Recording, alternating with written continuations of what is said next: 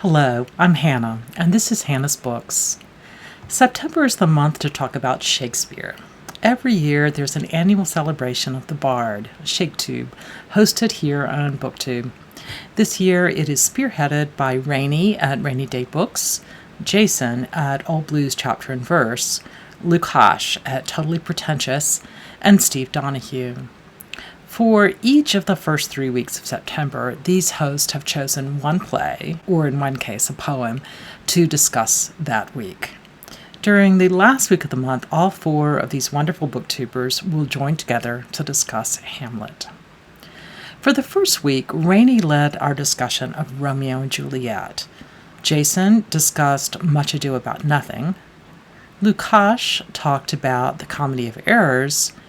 And Steve helped us work through the long poem Venus and Adonis. Today, belatedly, here on Hannah's Books, I'll be joined by my son Abe for a discussion of these works. We'll talk a bit about them as written texts and also discuss a few of the staged or filmed performances we've seen, as well as about how these four works fit together. Let's get started.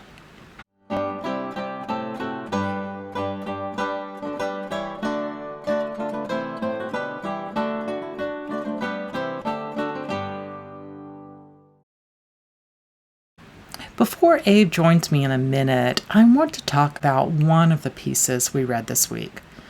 Although the poem Venus and Adonis, perhaps Shakespeare's first major work, was quite popular in his day, a lot of current Shakespeare fans have never read it. It was certainly new to both me and my son. The poem, inspired by Ovid's Latin version, written roughly at the start of the Common Era, shows Venus, the goddess of love, attempting to seduce Adonis, who is not interested. Not just not interested in Venus, but not interested in love in general. What follows in the poem will be a bit uncomfortable for some current readers, I think. This poem is very much about issues of aggression and non-consensual sex. The tables are turned a bit here from the more typical story. A woman is the aggressor, at least sort of. The fact that she is actually a god means she is, despite her gender, in a position of far greater power than Adonis. In addition to that fact, he is, quote, of unripe years. That is, he's still a minor, a person who is underage by the definitions of his time. Venus, the goddess of love, shoves Adonis around, even forcing him down into a position for sex. He yells at her that she is crushing him and pleads with her to let him go. Still, Venus's female body means that there are limits to her sexual aggression against Adonis, unlike the kind of brutality we see in Shakespeare's other long poem, The Rape of Lucrece. Still, the lack of rape in Venus and Adonis doesn't mean that sexual violation is not what Venus wants to do. As she says, "Would thou wert as I am, and I a man." That is, she would force sex upon the unwilling Adonis if she could. Shakespeare tells a lot of the story for laughs, portraying the whole thing as basically harmless. But I suspect a lot of contemporary readers will find Venus's plans pretty disturbing. By the end of Venus and Adonis, the poem turns away from what feels like their particular story and into an explanation, an origin story for why love is always such a complicated experience. The goddess of love is heartbroken by the eventual death of her beloved, and perhaps also irritated by the indifference he has shown her. So she makes sure that, as Shakespeare suggests elsewhere, the course of true love will never run smooth. That is, love will forever after be mixed with suspicion and jealousy and distrust and great sadness, separation, and grief. We'll see all of that in the plays to come, in Shakespeare's canon and today. Hey, Abe. Welcome back to BookTube. It's good to be back. Let's talk about Romeo and Juliet today. Recently, I saw someone complain about people giving spoilers for Romeo and Juliet, saying that not everyone knows the story. So I want to say today that we're really planning to talk about the plays as a whole and give away major plot points. Assuming that most of you who are watching this video are familiar with the basic plot of the play, or at least that you don't mind knowing the basic plot points before seeing the play or reading the play yourself.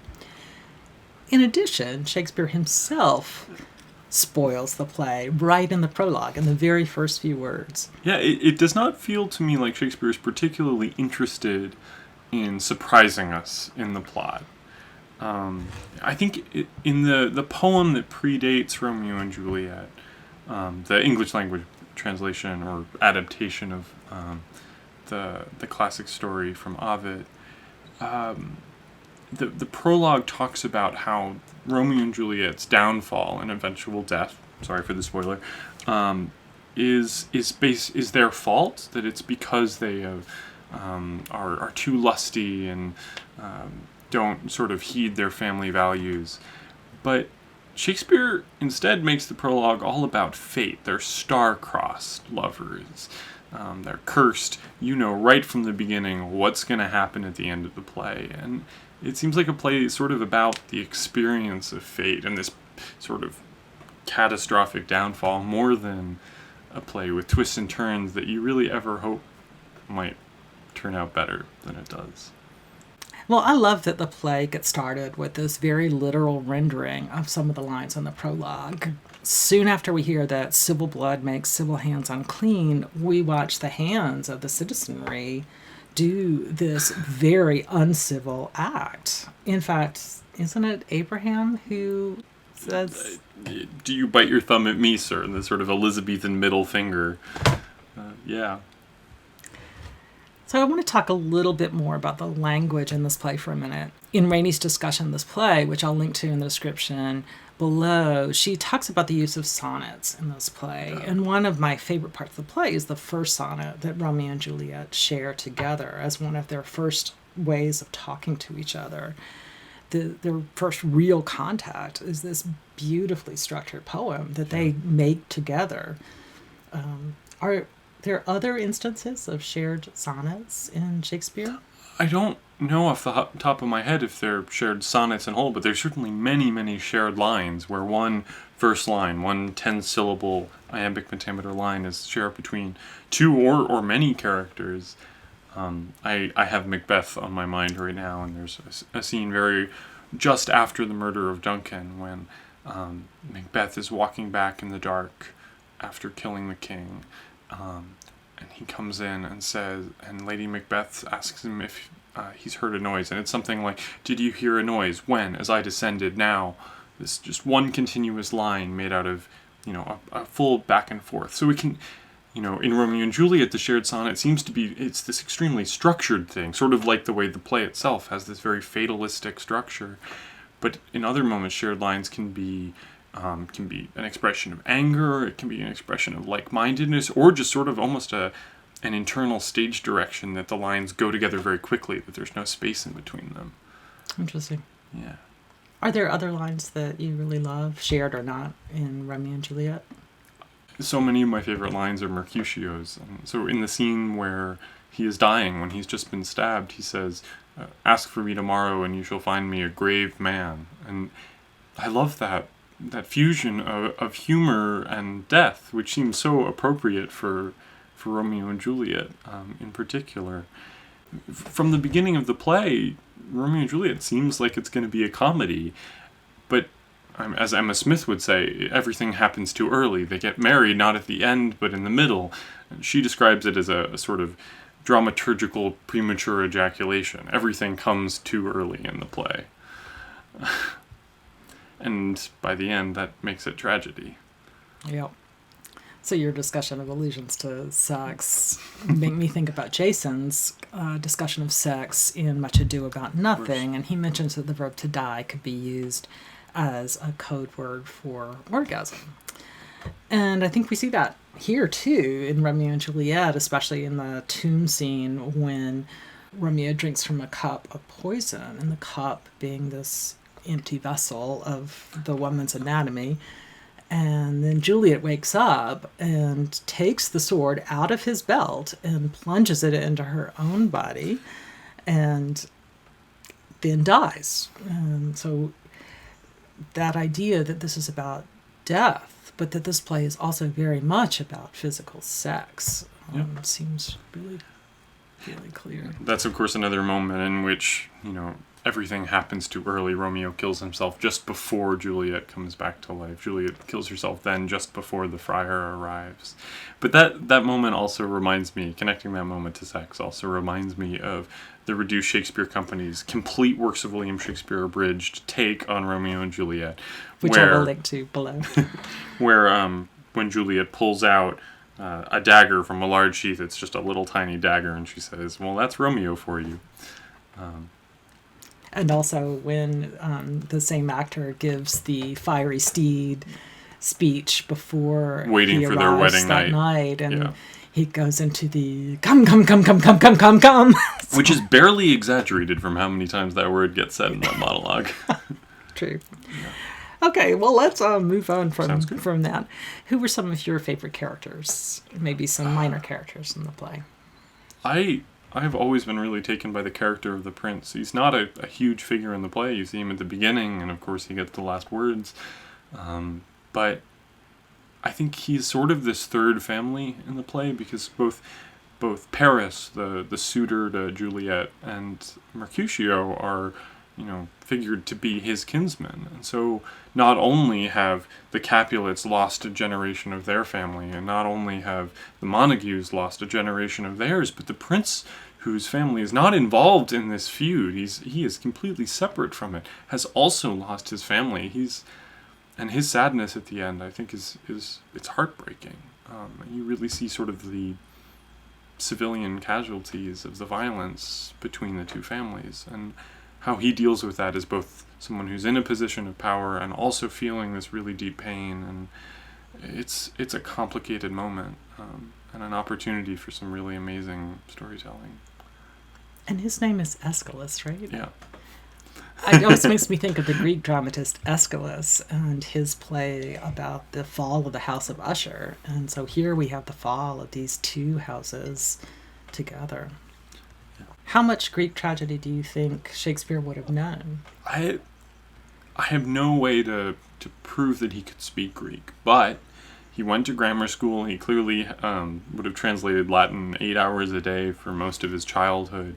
And so the chance, I think, is not just a chance. There's a certainty that he would have at least read Greek tragedy and Greek theater translated into Latin. Clearly the Romans loved the Greeks.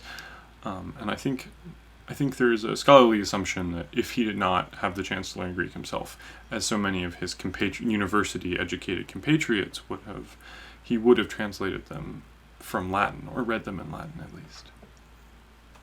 So there's one more thing I want to talk about in this play, which makes it resonate even more right now. I didn't mention it before, but Venus and Adonis was probably written during the plague when the playhouses were closed. Sure. And I believe Rainey mentions in her video that Romeo and Juliet was probably written right after the plagues reopened. Absolutely.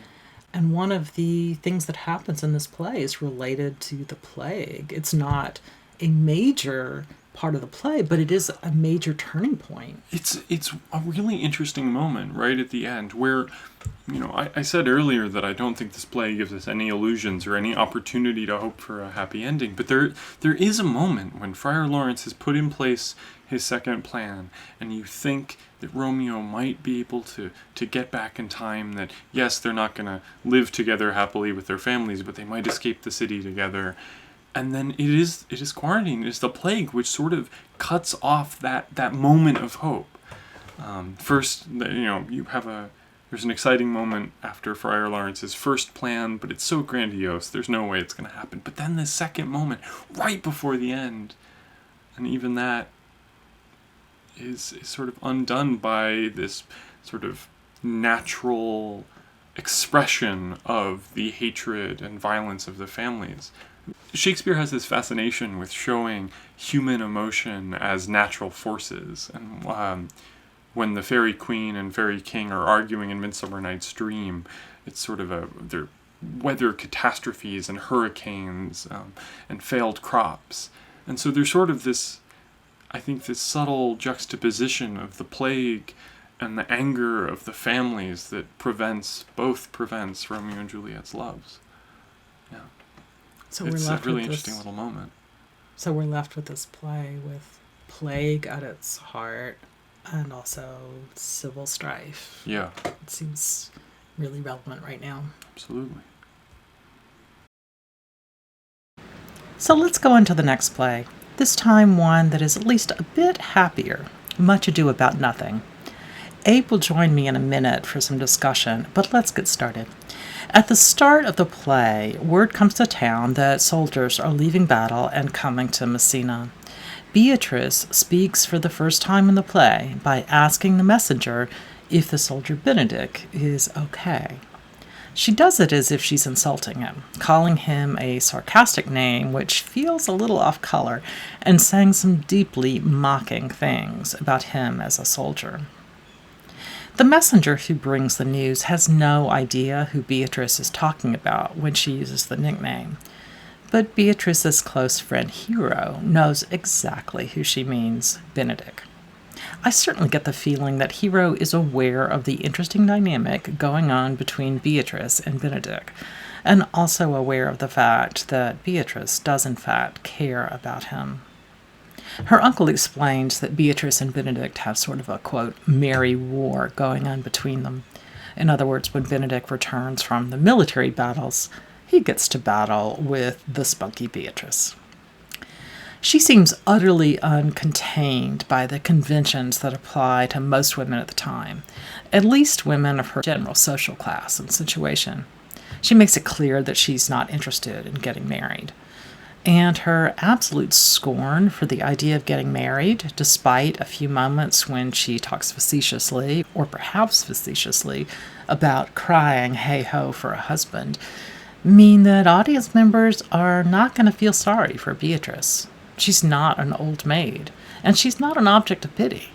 Even her language feels unencumbered by rules. She is sharp and witty, and even when we're reading, her lines seem to fly out at breakneck speed.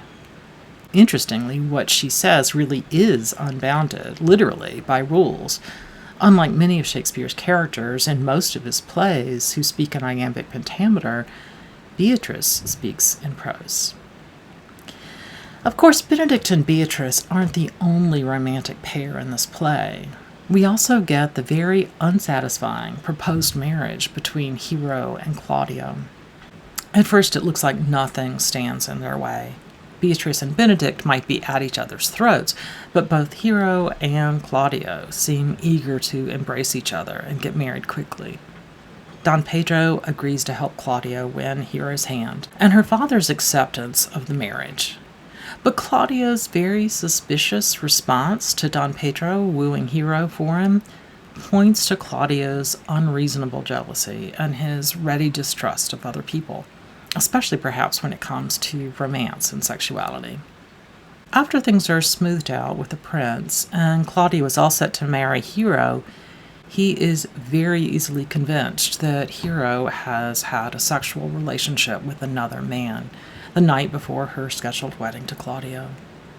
He is not only quick to express his jealousy, he does it very publicly, more or less forcing his male friends to take his side.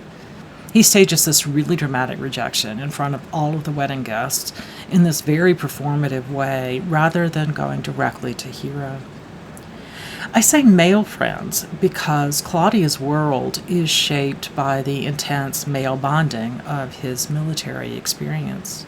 That all-male world is the place where both Claudio and Benedict reside most comfortably. Beatrice is both heartbroken and angry. When she asks Benedict to kill Claudio, she's asking him to prove that he has changed his allegiances away from that all-male society.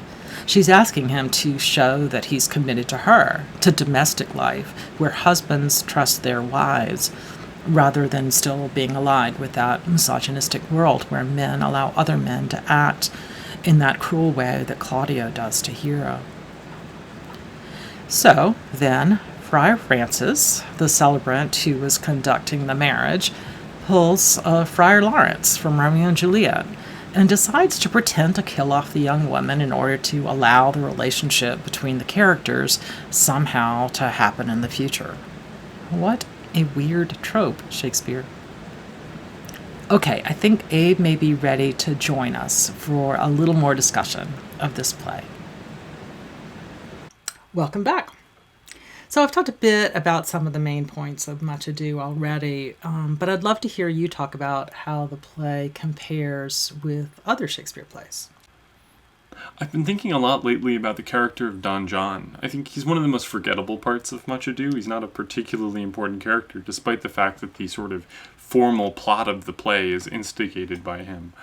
But his, the place of bastards in Shakespeare, of illegitimate children, I think is just fascinating. And King Lear is an example, certainly, of a bastard child expressing anger and distrust of his father. But we also, in Lear, see the father's sort of the way the father provokes that in him by not treating him as a real child to him.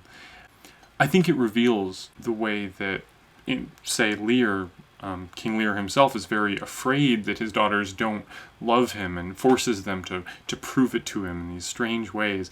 That it reveals in Much Ado this sort of anxiety over sexual infidelity throughout it. Even right at the beginning of the play we see it, when the soldiers enter. Hero's father introduces her as his daughter. Benedick asks, "Were you in doubt, sir, that you asked her mother?"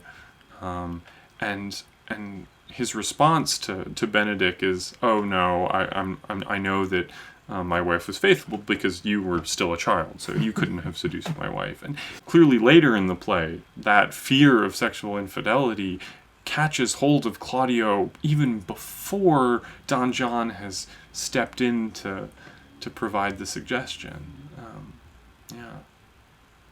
So are there any parallels with the hero story that you've seen in other plays? Absolutely.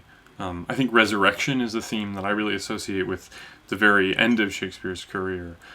Prospero the Duke, who in his brother's eyes comes back for the dead, but most especially Hermione in The Winter's Tale, which is an example when the audience is, unlike Much Ado, not let in on what happens.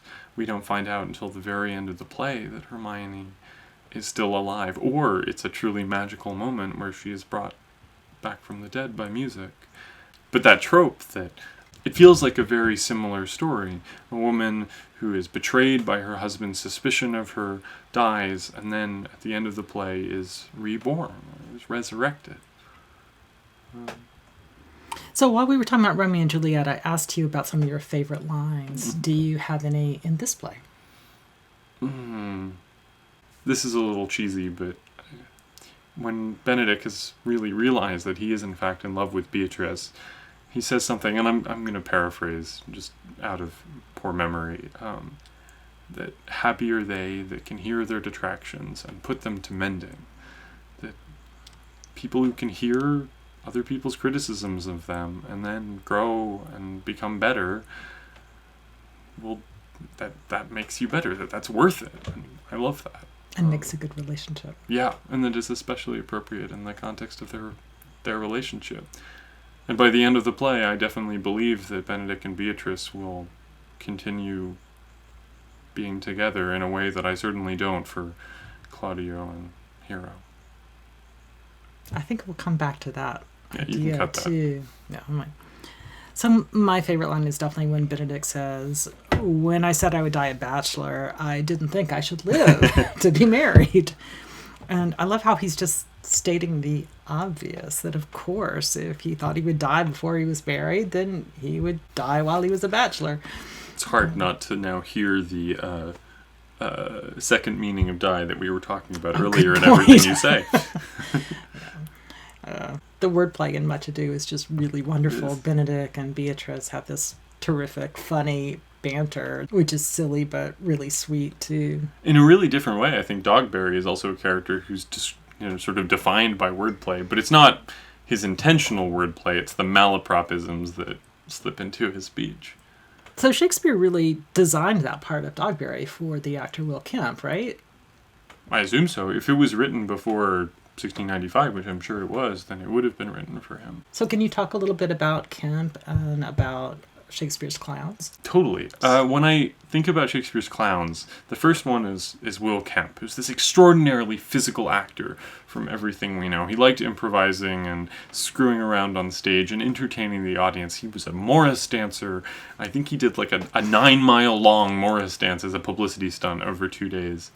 And then later, there's Robert Armin, who's a much more sort of heady fool, who I associate a lot more with characters like Feste, these sort of very verbal, witty characters. Dogberry is not one of those. He is bumbling and hysterical. And Kemp was also known for playing Bottom, right? One of the silliest clowns ever. There are two very connected characters in a certain way. Bottom has, more than anything, a real love for theater and acting, and Dogberry clearly loves his job as the city inspector. They're of a type.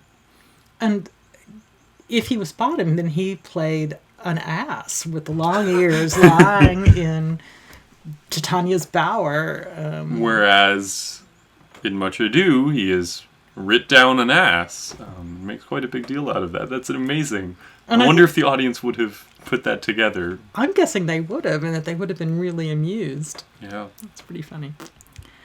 All right, so earlier in the week, we watched a fairly new version of Much Ado, which... Can you talk about that a bit? Yeah, it was the Public Theater's 2019 Shakespeare in the Park production of Much Ado About Nothing. Which is playing right now on... Great performances for the next 2 days. On PBS online. I will get the link. Definitely. And it is well worth a watch. It's a beautiful, phenomenal production.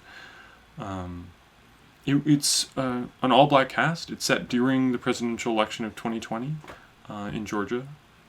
And on the wall of the Yes. house, there's a poster for Stacey Abrams 2020. Absolutely. And there are these references to war that I would say in this performance, are to an all-black militia, a protective militia. Against police brutality. And they're carrying protest signs instead of weapons. Yeah.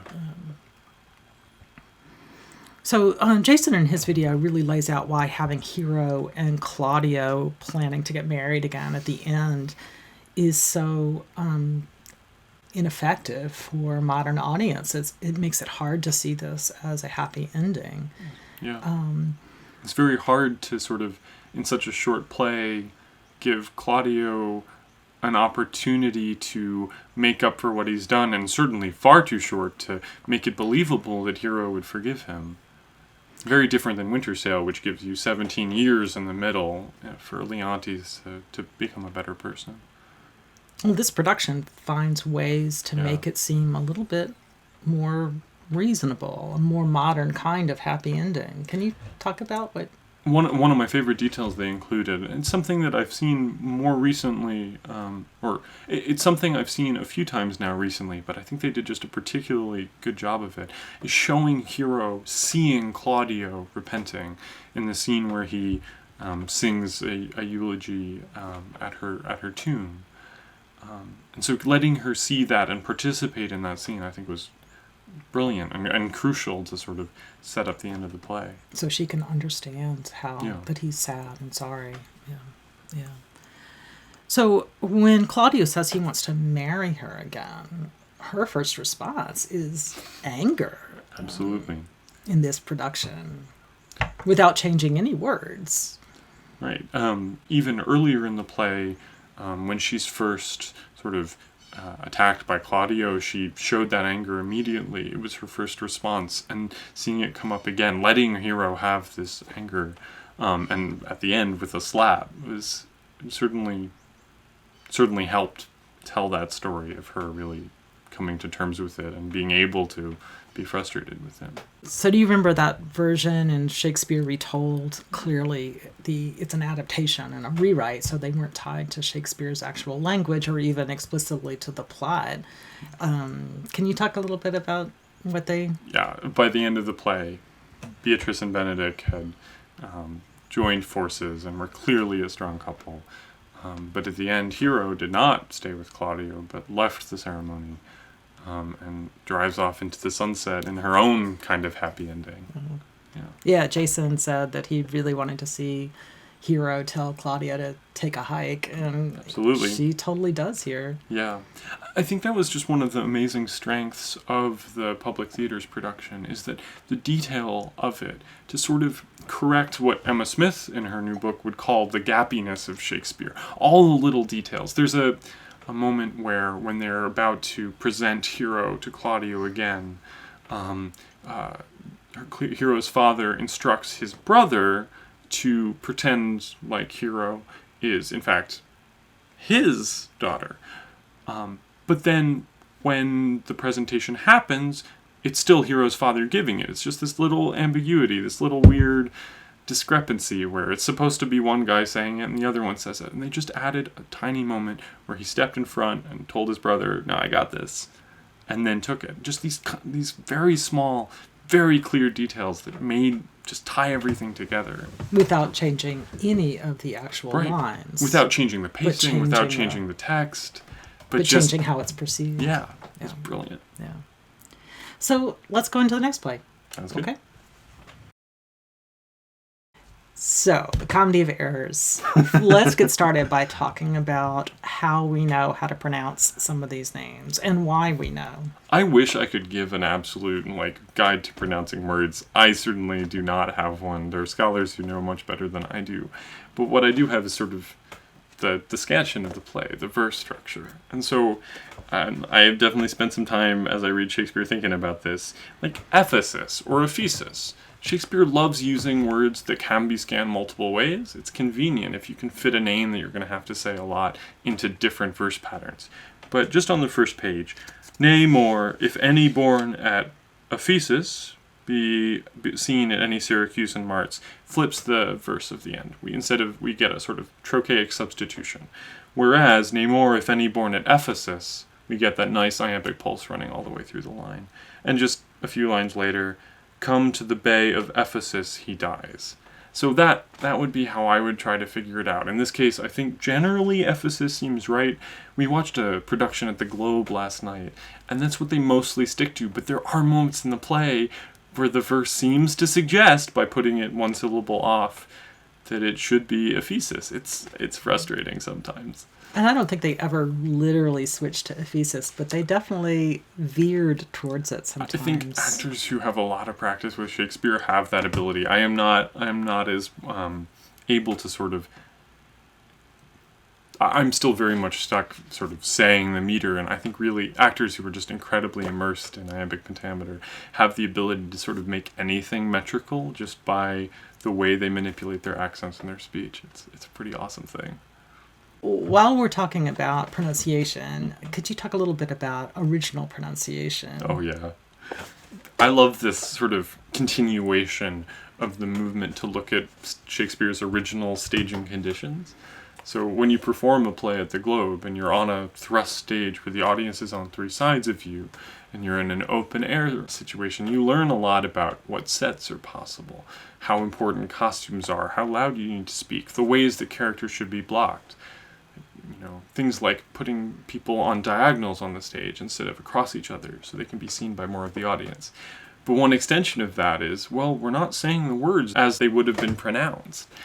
Shakespeare's accent would have been much different than a modern English accent, and probably closer to a sort of Southern Appalachian accent, interestingly, at least according to Ben and David Crystal, a father-son duo of linguist and an actor who've done a lot of work on their own and at the Globe to put on plays pronounced in our best reconstruction of Shakespeare's accent. And you get a lot of jokes that wouldn't exist. Things tend to rhyme more if you're in OP, and there are a lot of puns. Even in Comedy of Errors, I think there are a couple jokes that I spotted last night when we watched the Globe production that I think would come across differently if you were in original pronunciation. Late in the play, when Dromio and Antipholus are talking about the arrest that almost happened or did happen, Dromio has a whole long spiel about arresting time.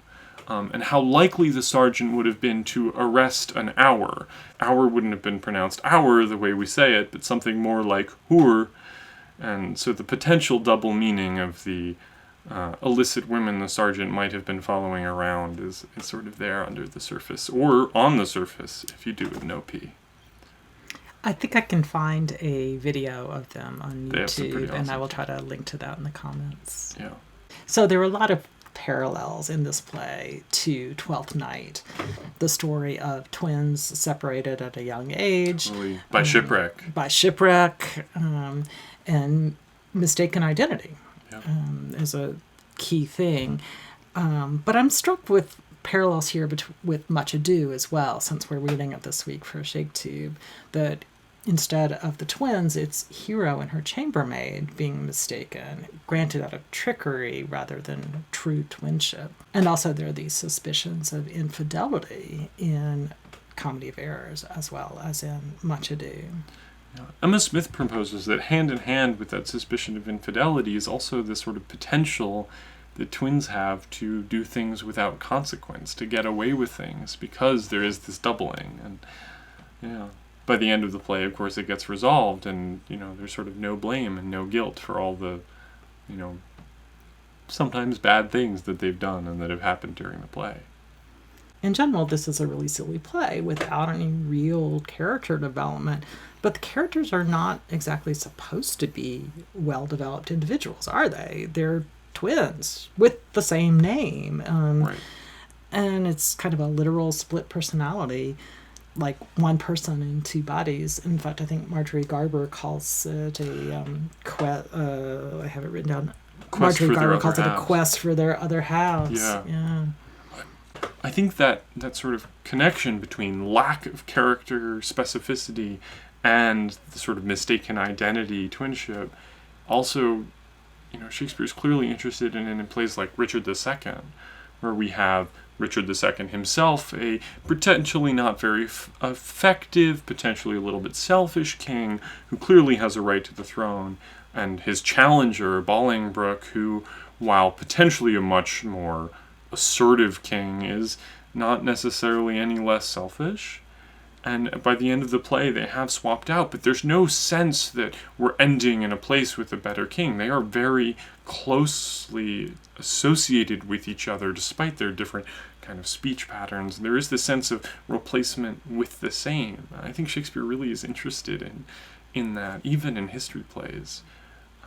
I also think the lack of character kind of comes from farce.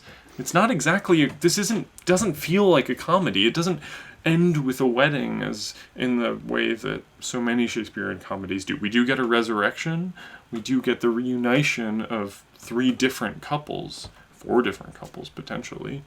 But it doesn't have that sense of individuality. Yeah, and the magical happy ending. Let's hold off on the ending for just a second.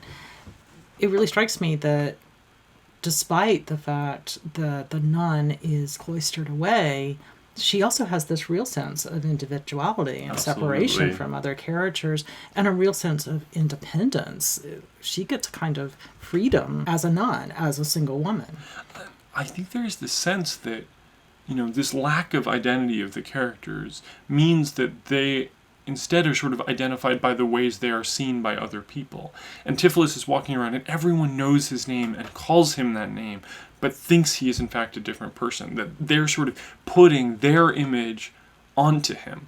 And she is a character who does not appear a lot in the play, is cloistered in this convent, seemingly in a position, a kind of non-powerful position, in fact has tremendous ownership of her identity because she isn't getting these projections. I think there's the sense in which she, as opposed to these characters who are walking around being identified, has enormous control over her identity because she isn't having other people, pasting their thoughts on top of her. Defining her. Defining her. Clearly a big part of the way people are identified is by their financial status. Antipholus is a man of infinite credit. And this is really a play with a mercantile economy. It's object-based. This play has an enormous number of things in it. There's the swords, the jewels, the ring. They're just sort of a laundry list of props and items, bags of money, and even romance with the character of the courtesan seems to be a financial transaction, and his relationship with his wife as well is clearly about money. And as soon as the nun shows up, that is no longer the issue. The money that is owed for Aegeon's life is forgiven. She operates outside of the mercantile economy of the play, and again sort of steps in at the last moment and changes the economy to one of love and family and connection. This all along has been a story about families torn apart, but when the abbess comes in at the end, everyone becomes a bit more reconciled. Yeah. And there's also a sense in which, as we sort of said earlier, she does come back to life. She's resurrected in a way that is very familiar from both Winter's Tale and Much Ado, as we've talked about. There's also a very touching moment where the twins realize their similarity. Do you remember the Folger Shakespeare? The Commedia dell'arte production? Yeah. We saw a production, I must have been in middle school, or maybe just starting high school. I bet I was in middle school. It was done all as sort of a take on the play through the lens of Commedia dell'arte, through this Italian theatrical tradition with archetypal characters and masks. And definitely a play with characters that don't have a lot of identity. It's very easy to sort of fit them into these archetypes.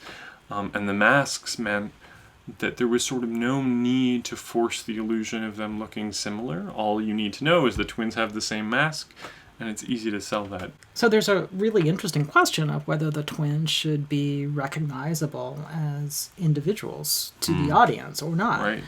And I think the folio edition doesn't distinguish between them, in fact. So right. even Modern readers editions don't know. Yeah, modern editions will say Dromio of Ephesus, Dromio of Syracuse, and the folio just says Dromio and Dromio. And you have to figure it out from the context of what happens. Yeah. So in a lot of contemporary productions, there's a certainly relatively common tradition of using doubling for the roles of the twins, right? Yeah. Having one actor play both characters. It does make the last scene tricky, but the play almost makes it easy for you to do that. I think doubling in general, having one actor play multiple characters, is a big part of Shakespeare, because we know that Shakespeare's company wasn't that large. And you can see moments in the plays where, for instance, in Midsummer Night's Dream, Puck has a sort of random monologue just before his final legendary monologue about dreams. That's just enough time for the actors playing Theseus, Duke Theseus, and his new bride, Queen Hippolyta, to change into the fairy king and queen, Oberon and Titania. This monologue is just enough time so the same two actors could play both royal couples. And it is both economical, you have to pay fewer actors, and also has this potentially very interesting and meaningful thing you can do by having this doubling between fairy realm and natural realm. So most of the versions of Comedy of Errors that we've seen have used twins played not only by different actors, but by different actors with very different bodies. Absolutely. The most recent live production I saw had two very physically striking actors, but of different genders, different heights, different body types, different races.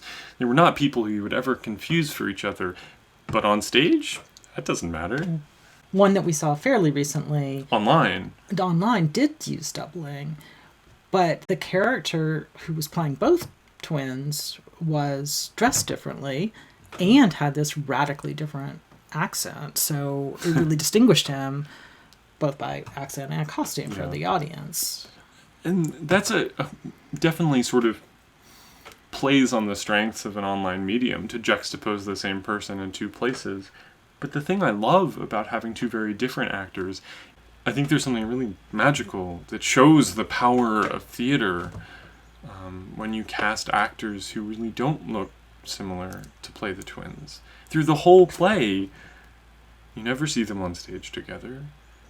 You know that they're not the same person. You know they're different actors, but every other character looks at them as if they're the same, calls them the same name, describes them as the same, clearly is getting confused which one's which. And so, as the audience member, you do too. You're brought into that world until the very last moment of the play, when they're on stage together and there's this moment of recognition that they are siblings, but also that they are different actors. And it's this wonderful reinforcing of the theatrical illusion and also simultaneous breaking of it.